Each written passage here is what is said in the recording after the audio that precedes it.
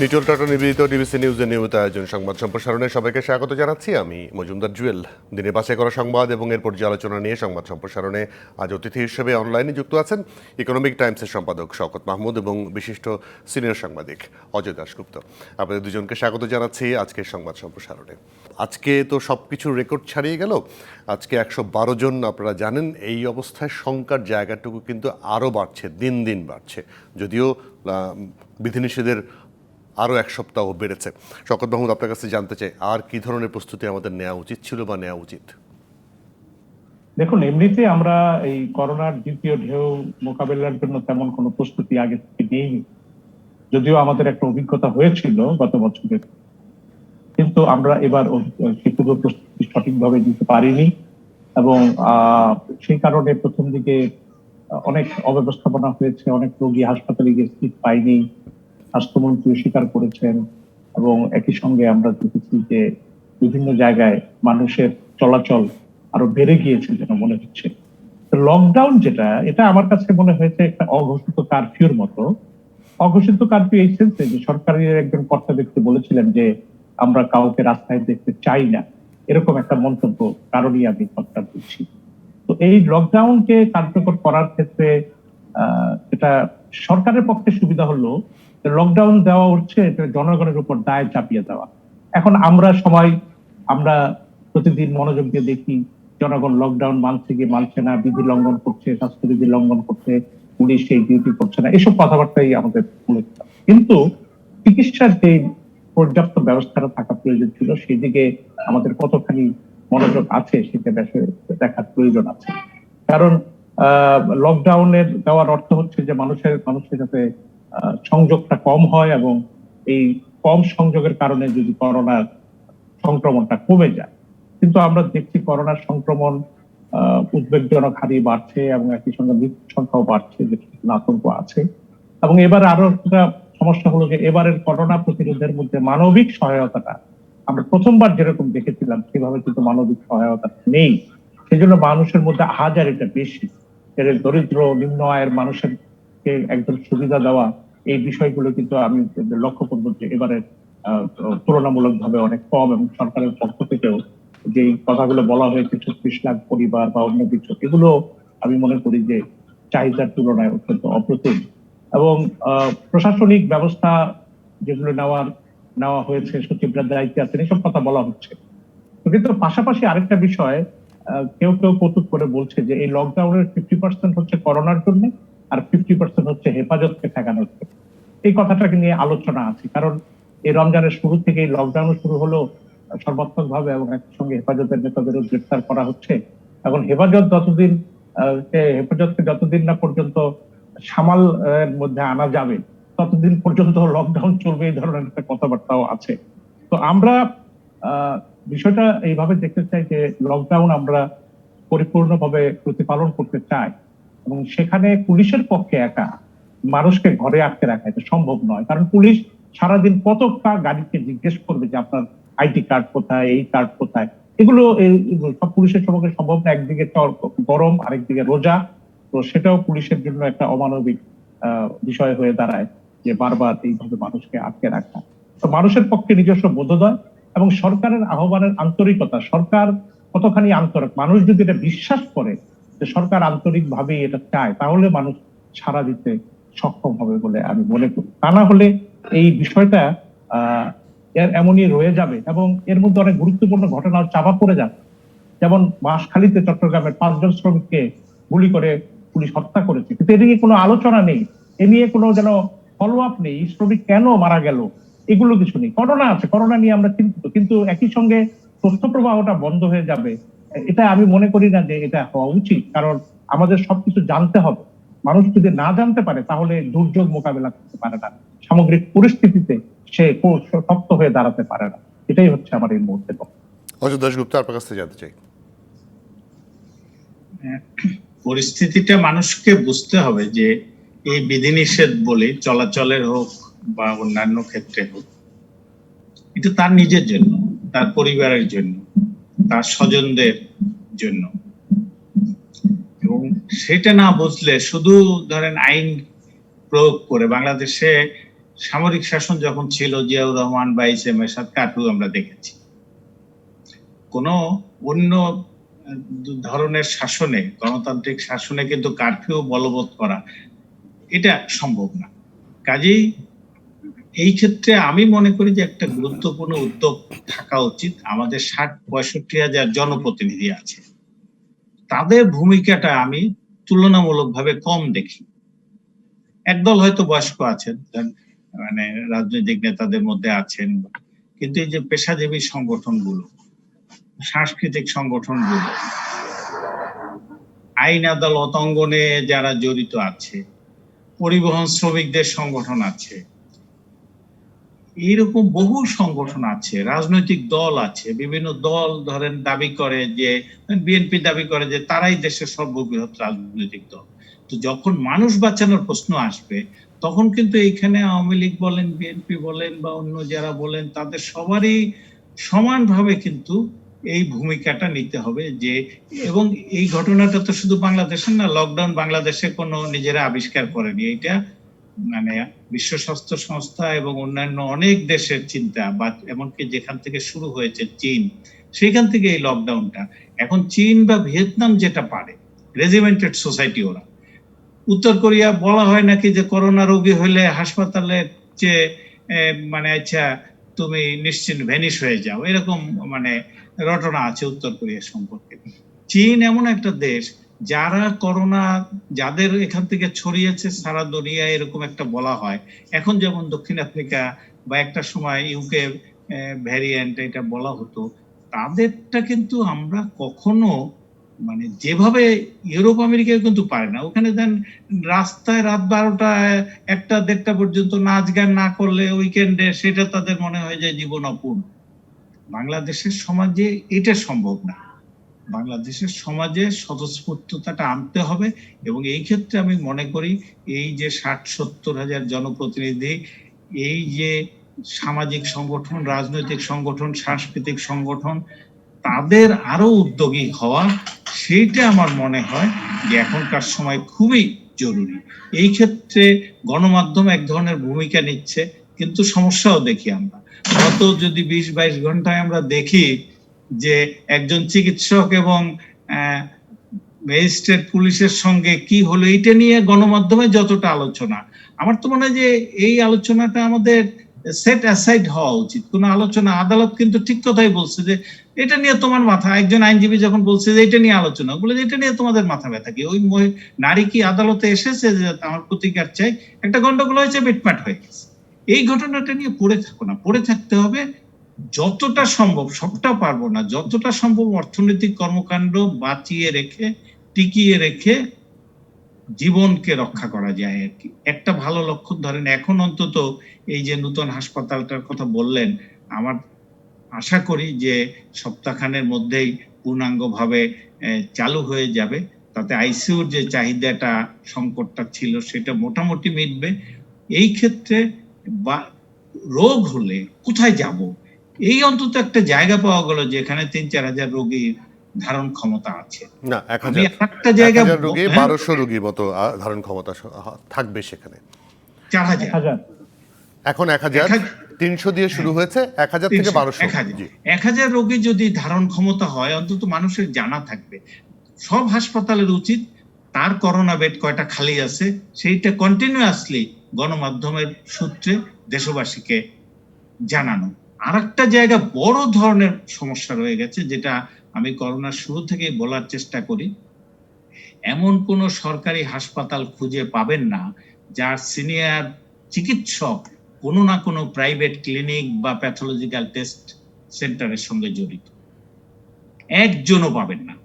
এই যে আইসিইউ এর সংকট, আইসিইউ সরকারের কাছে গেলে আপনারা যে বললেন এই যে নতুন হাসপাতাল, এখানে ফ্রি ট্রিটমেন্ট, আইসিইউ ফ্রি, কিন্তু আপনি কি প্রাইভেটে পাবেন? এখন ঢাকা মেডিকেল কলেজ হাসপাতালের প্রফেসর, যার নিজের ক্লিনিকে আইসিইউ আছে, উনি কিন্তু চাইবেন যে ওনার আইসিইউতে ১২,০০০ টাকা বা ১৮,০০০ টাকা দিয়ে কেউ ভর্তি হোক, সরকারি ফ্যাসিলিটির আইসিইউতে। এই জায়গাটা চিকিৎসকরা এই গত ১ বছরে খুবই অমনোযোগী বলে আমার মনে হয়েছে। অমনোযোগী না, মনোযোগী হচ্ছে তার নিজের স্বার্থের জায়গাটায়।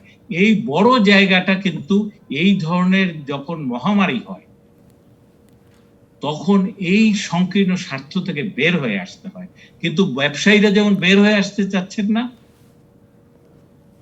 চিকিৎসকদেরও একটা অংশ বা সমাজের আরো কিছু জায়গার অংশ তাদেরও এই বের হয়ে না আসার মনোভাবের লোক আমরা দেখি, যার কারণে মানুষের দুর্ভোগটা আরো কিছুটা বাড়ছে বলে আমার মনে হয়। জি। আমি শেষ করব যে সবাই মিলে, আরেক সপ্তাহ বেড়েছে এবং এই আগাম বলে দেওয়ার কোনো যুক্তি নাই যে রোজার আগে সবাই যেন বের হতে পারে। জি। রোজার আগে আমরা সবাই, ঈদের আগে আমরা বের হতে পারবো যদি পরিস্থিতির উন্নতি ঘটে।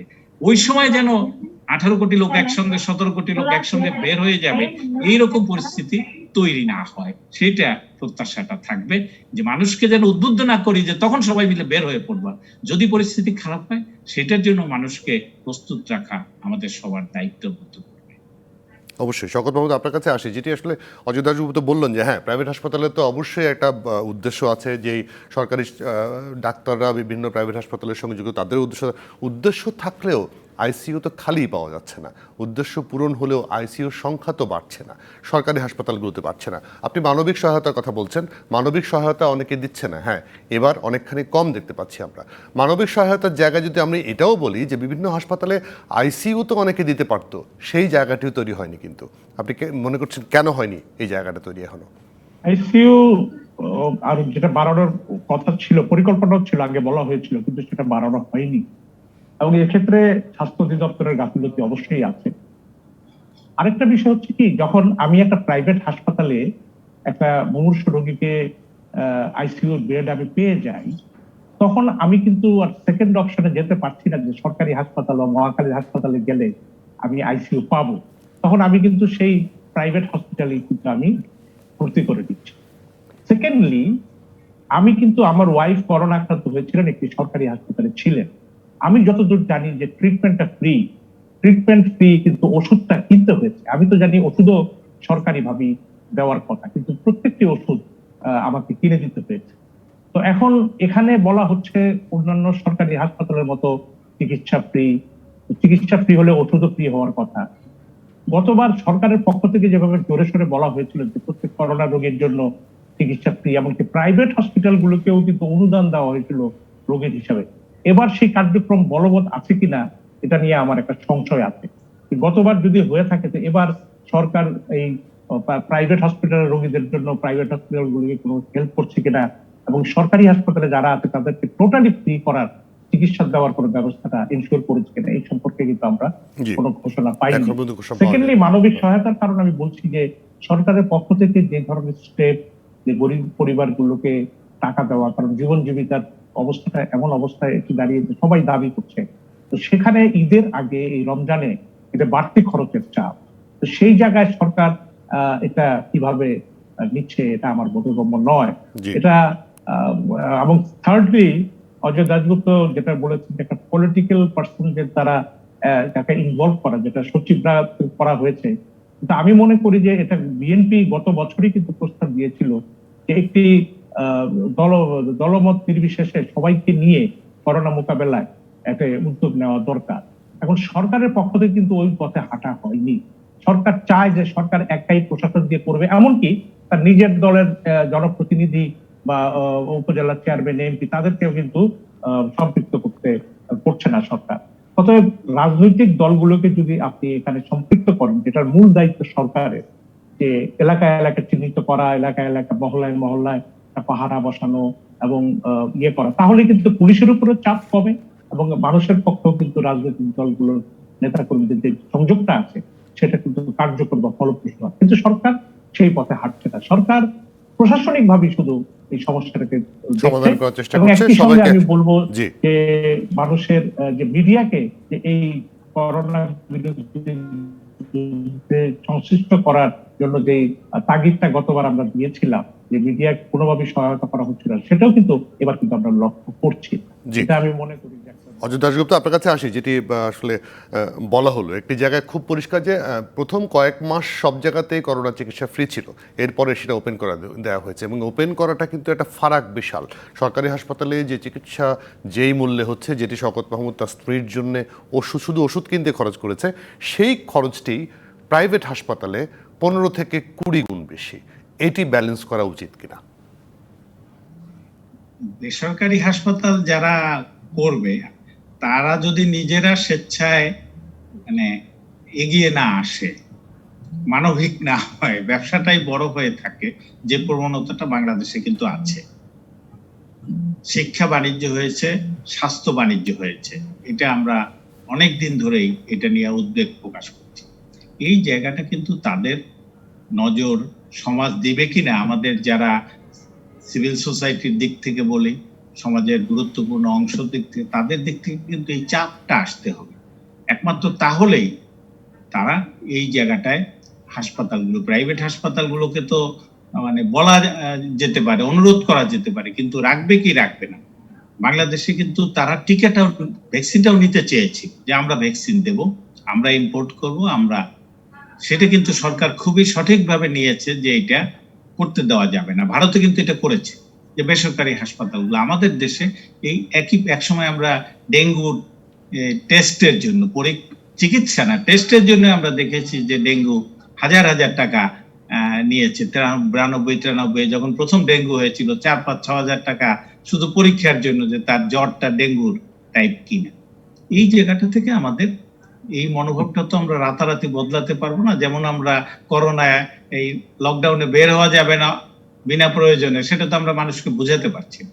বেসরকারি হাসপাতাল যারা, কিন্তু মানবিকতার যে অংশটা আমরা অজয় দাশগুপ্ত, মানবিকতার জায়গা বলি আর যেটাই বলি না কেন, যে আমি সরকারি হাসপাতালে যদি কোভিড টেস্টে 100 টাকায় টেস্ট করতে পারি, সেটি বেসরকারি হাসপাতালে 3000 টাকায় কেন টেস্ট করব? সেটিও তার চেক এন্ড ব্যালেন্সের জায়গা থাকা দরকার। সরকারের সেটা নিয়ে চিন্তা করা দরকার। আমি যদি সরকারি হাসপাতালে 20,000 টাকায় কোভিড চিকিৎসা করাতে পারি, আমি প্রাইভেট হাসপাতালে কেন সেটি 5 লাখ টাকা লাগবে আমার? সেই জায়গাগুলোতে আপনাদের কাছে আবারও আসবো। একটা ছোট্ট বিরতি নিয়ে ফিরছি আবার, দুজনের কাছে, সঙ্গে থাকবেন। দর্শক, নিটোল টাটা নিবেদিত সংবাদ সম্প্রসারণে একটা বিরতি নিচ্ছি, সঙ্গে থাকবেন। বিরতির পর আবারও স্বাগত নিটোল টাটা নিবেদিত সংবাদ সম্প্রসারণে। সাথে আছেন ইকোনমিক টাইমসের সম্পাদক শওকত মাহমুদ এবং সিনিয়র সাংবাদিক অজয় দাশগুপ্ত। আপনাদের দুজনকে আবারও স্বাগত। যেটি আমি আসলে বলার চেষ্টা করেছিলাম বিরতির আগে, অজয় দাশগুপ্তের কাছে যাওয়ার আগে শওকত মাহমুদ, আপনার কাছ থেকে জানি যে এই যে ফারাকটা প্রাইভেট হাসপাতাল এবং সরকারি হাসপাতালের মধ্যে চিকিৎসার যে ফারাক, পশ্চিমবঙ্গে যেখানে করোনা টেস্টের জন্য প্রাইভেট হাসপাতালে 1,500 টাকা খরচ হয়, সেখানে আমাদের 3,000 টাকা খরচ দিতে হচ্ছে। পশ্চিমবঙ্গে সরকারি হাসপাতালে 200 টাকা খরচ হয়, সেখানে আমাদেরকে সরকারি হাসপাতালে 100 টাকা খরচ দিতে হচ্ছে। এই ফারাকটা কমানোর কোনো উদ্যোগ নাই এখন পর্যন্ত। দেখুন, আমাদের স্বাস্থ্য ব্যবস্থায় কিন্তু বেসরকারি খাতের কিন্তু অনেক অবদান রয়েছে, এবং বেসরকারি খাত কিন্তু আমি বলবো যে আশেপাশের অনেক দেশের থেকে বাংলাদেশের চিকিৎসা ক্ষেত্রে অনেকখানি এগিয়ে গেছে। এখানে সরকারি স্বাস্থ্য ব্যবস্থার অপ্রতুলতার কারণেই এটা ঘটেছে। তবে সরকারি স্বাস্থ্য ব্যবস্থাপনায় চিকিৎসার খরচ, সেই খরচের সঙ্গে একটা আকাশ পাতাল তফাৎ রয়ে গেছে প্রাইভেট হসপিটালের সঙ্গে। এবং এই প্রাইভেট হসপিটালে যে করোনা টেস্টের ফিটা, এটা তো সরকার নির্ধারণ করে দিয়েছে। এখন সরকার কেন 3,000 টাকা নির্ধারণ করলো, সেটা নিয়ে একটা প্রশ্ন ওঠা স্বাভাবিক। এবং সরকারি হাসপাতালে যেখানে 100 টাকা নিচ্ছে, সেখানে প্রাইভেট হাসপাতালে কেন 3,000 টাকা? সরকারেরও আবার বিশেষ বিশেষ ক্ষেত্রে প্রাইভেট সেক্টরের প্রতি তার অতি দুর্বলতা রয়েছে। যেমন টিকা আমদানির ক্ষেত্রে দেখা গেল যে বেক্সিমকো ফার্মাকে এখানে সংযুক্ত করা হয়েছে $1 কমিশন বাড়তি দেওয়ার জন্য। সেটা কোনো প্রয়োজন ছিল না, এটা গভর্নমেন্ট টু গভর্নমেন্টই ইম্পোর্ট করা যেত। তো এই ক্ষেত্রে আমি বলবো যে প্রাইভেট সেক্টরে, হ্যাঁ, চিকিৎসার ক্ষেত্রে একটা আন্তরিকতা আছে। সরকারি হাসপাতালে হয়তো চিকিৎসার ক্ষেত্রে জবাবদিহিতা তুলনামূলকভাবে কম, কিন্তু তারপরেও চিকিৎসা ব্যয়, আইসিইউ বেডের ব্যয়, এই ব্যয় কিন্তু অনেক বেশি। এবং আমরা ঢাকাতেই অনেক প্রাইভেট হসপিটাল আছে যেখানে কয়েকশো টাকায় একটা ক্যাটারেক্ট অপারেশন করা যায়, আবার অন্য জায়গায় 50,000 টাকার নিতে করা যায় না। এই ডিফারেন্সটা অতি দৃষ্টিকটু, এবং আমি মনে করি যে এটা আমাদের সমাধান করা উচিত। তবে প্রাইভেট হসপিটালগুলিতে যায় যারা, তারা সামর্থ্যবান মানুষরাই সেখানে যায়, এবং দরিদ্ররা সরকারি হাসপাতাল মুখে ছোটে। তো আমি বলবো যে তবুও করোনার চিকিৎসা ব্যয়ের প্রতি আমাদের লক্ষ্য রাখা উচিত। আর বিশেষত ওষুধের দামের ক্ষেত্রে, ওষুধের দামের এখন কোনো লাগামহীন দাম নেওয়া হচ্ছে, মানুষ কোনো প্রশ্নই করতে পারছে না। ওষুধের ব্যবসায়ীরা যেভাবে দাম বাড়িয়ে চলছে, স্বাস্থ্য অধিদপ্তরের এগুলিতে কোনো খেয়ালই নেই, এবং প্রায় প্রতিটি ওষুধের দাম বেড়ে গেছে অকারণ। এমন নয় যে সাপ্লাই নেই কিন্তু দাম বাড়ানো হয়েছে। সব ব্যবস্থাগুলি কিন্তু আমাদের কিন্তু দেখা উচিত, তবে প্রাইভেট সেক্টরকে এটা সহযোগী করা উচিত, এবং প্রাইভেট সেক্টর আর হাসপাতালগুলি যেন করোনার রোগীর ক্ষেত্রে তারা যেন বৈষম্যমূলক দৃষ্টি না দেন। এটা আমিও দেখেছি যে অনেক বৈষম্য হয়, সেটা সরকারকে নিশ্চিত করা কিন্তু কোনো কঠিন ব্যাপার নয়। স্বাস্থ্য দপ্তরের ডিজি এটা পারে। তো এখন আমরা ভারতে যেটা হয়েছে, প্রাইভেট সেক্টরকে হাসপাতালকে উন্মুক্ত করেছে করার জন্য, আমাদের এখানে লিমিটেড করেছে, এবং করার পরে কিন্তু আমরা এটা সুফলও পাচ্ছি। আমি দেখেছি প্রাইভেট হসপিটাল কিন্তু করোনা ট্রিটমেন্টের ক্ষেত্রে খুব ভালো ট্রিটমেন্ট করছে। পয়সার ক্ষেত্রে আমি আগেই বলেছি, সেটা তো আছেই, কিন্তু ভালো ট্রিটমেন্ট করছে মানুষ, কিন্তু একটা পর্যায়ে কিন্তু ট্রিটমেন্টের উপরেই তারা কিন্তু গুরুত্বটা দিতে চায়।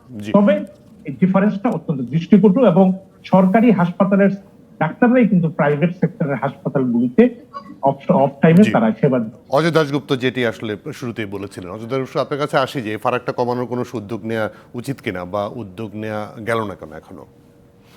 বাংলাদেশে বঙ্গবন্ধু শেখ মুজিবুর রহমান তো এই রাষ্ট্রে এত খাত অর্থনীতিতে, সমাজের নানা জায়গায় সেটাই উদ্যোগী হয়েছিলেন।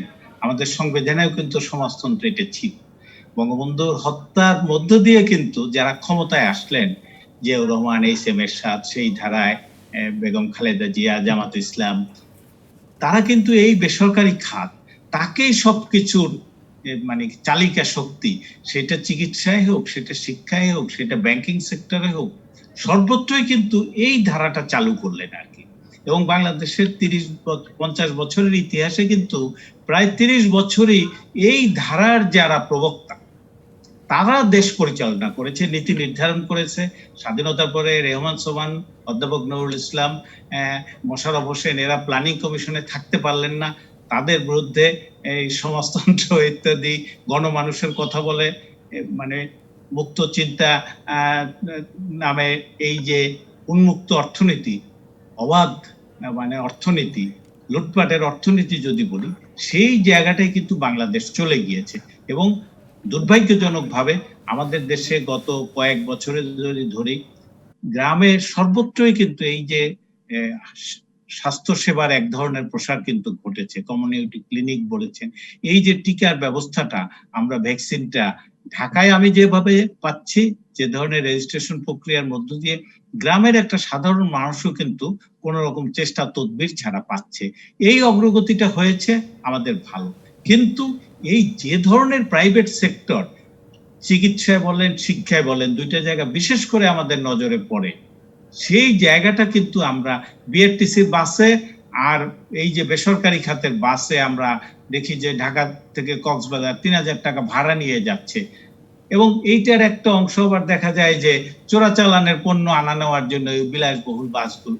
এই জায়গাটা থেকে আমাদের অর্থনীতিকে, আমাদের সমাজ ব্যবস্থাকে, এই যে মানে ব্যক্তি খাতের এক ধরনের দাপট দৌরাত্ম্য, ব্যাংকিং ক্ষেত্রে 13 লাখ কোটি টাকা আমাদের ব্যাংকে ডিপোজিট থাকে এখন, তার মধ্যে 70 ভাগের বেশি হচ্ছে কিন্তু এই বেসরকারি ব্যাংকে। তারা বলছিল যে সরকারি খাতে দুনিয়ম অনীতি হয়, অনিয়ম হয়, আমরা সেটা থেকে মুক্ত করব। কিন্তু এখন ব্যাংকিং সেক্টরে যে অনিয়ম নিয়ে প্রতিনিয়ত আমরা আলোচনা করি, সেটা কিন্তু মূলটা হচ্ছে তাদের হাতে 70 ভাগের বেশি ব্যাংকের ডিপোজিট এবং ঋণ দেওয়ার নিয়ন্ত্রণ করে এই বেসরকারি খাত। এই জায়গাটা এক ধরনের বাদ প্রতিরোধ যেভাবেই বলেন না কেন গড়ে তুলতে হবে। এবং স্বাস্থ্য ব্যবস্থার যে চিত্র, আমরা সরকারি স্বাস্থ্য সেবা, এইটা আমাদের জিডিপির যে মানে এখন শিক্ষায় 2% ব্যয় হয়, স্বাস্থ্যে 1% ব্যয় হয়, এই জায়গাটা অবশ্যই পরিবর্তন ঘটাতে হবে। এবং সরকারি ক্ষেত্রে অবশ্যই গুরুত্বপূর্ণ যে সমস্যাটা, সেটা হচ্ছে অনিয়ম, দুর্নীতি। সরকারি হাসপাতালের প্রফেসররা নিজের ক্লিনিক বেসরকারি খাতে এবং ওখানেই বেশি সময় দিচ্ছেন, তারা আবার মেডিকেল কলেজেরও মালিকানার সঙ্গে যুক্ত থাকছেন, তারা আবার যেসব কোম্পানি ওষুধ তৈরি করছে, বিপণন করছে, সেইটারও নিয়ন্ত্রণে থাকছেন। একই সঙ্গে চেম্বার, শিল্প বণিক সমিতি চেম্বার, সেইগুলো নিয়ন্ত্রণে থাকছেন।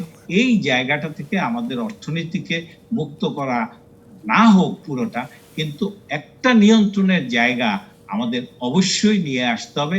না হলে এই ধরনের যখন সর্বগ্রাসী সংকট আসবে, আমরা তখন শুধু সরকারের উপরে দায় চাপাই দিয়ে বসে থাকব।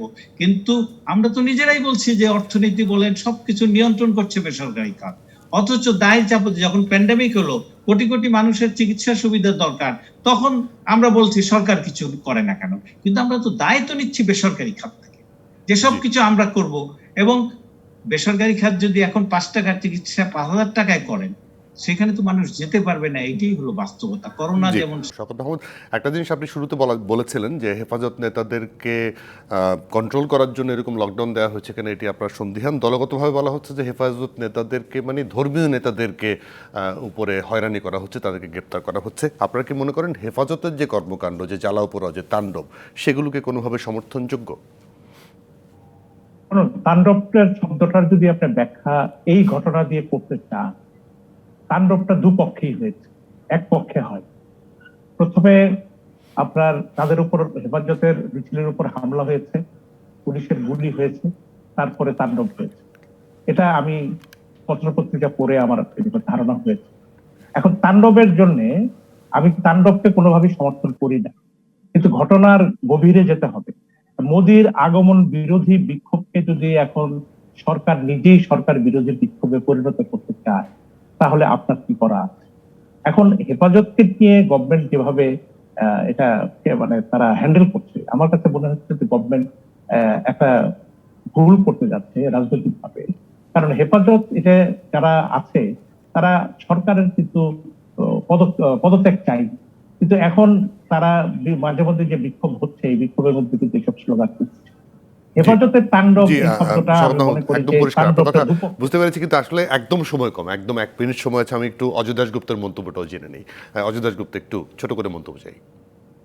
রাজনৈতিক ব্যবস্থার সঙ্গে অজয় দাশগুপ্ত আপনার কাছে মন্তব্য চাই। কিন্তু আমি শওকত মনে মাহমুদ, করি যে আমি আর সময় দিতে পারছি না। অজয় দাশগুপ্ত, পরিবর্তনের সঙ্গে স্বাস্থ্য পরিবর্তন আছে, কারণ এই দেশে এখনো বেসরকারি। অজয় দাশগুপ্ত বলবেন কি? আমি আসলে শওকত মাহমুদ বক্তব্য কোন বিষয়? যেটি মামুনুল হকের বিষয়ে জানতে চেয়েছিলাম আমি। এটা তো স্বাধীনতার 50 বছর, এই আমাদের এগিয়ে যাওয়া। 71-এ কারা স্বাধীনতার পক্ষে লড়াই করেছে, কারা স্বাধীনতা চায়নি, কারা পাকিস্তানি হানাদার বাহিনীর সহযোগী হয়েছে, গণহত্যা করেছে, ধর্ষণ করেছে, লুটপাট অগ্নিসংযোগ করেছে, সেই শক্তি চায়নি যে স্বাধীনতার 50 বছরে বাংলাদেশ এখন অর্থনৈতিকভাবে যে সামাজিকভাবে যে অবস্থানে এসেছে, এই আলোচনাগুলো আসুক। সেইটাকে দৃষ্টি সরানোর জন্য এরকম ঘটনাগুলো ঘটাচ্ছে বলে আপনারা মনে করছেন? অজয় দাশগুপ্ত, শওকত মাহমুদ, দুজনকে ধন্যবাদ। এই ছিল আজকে নিটল টাটা নিবেদিত সংবাদ সম্প্রসারণে। ডিবিসির সঙ্গে থাকুন।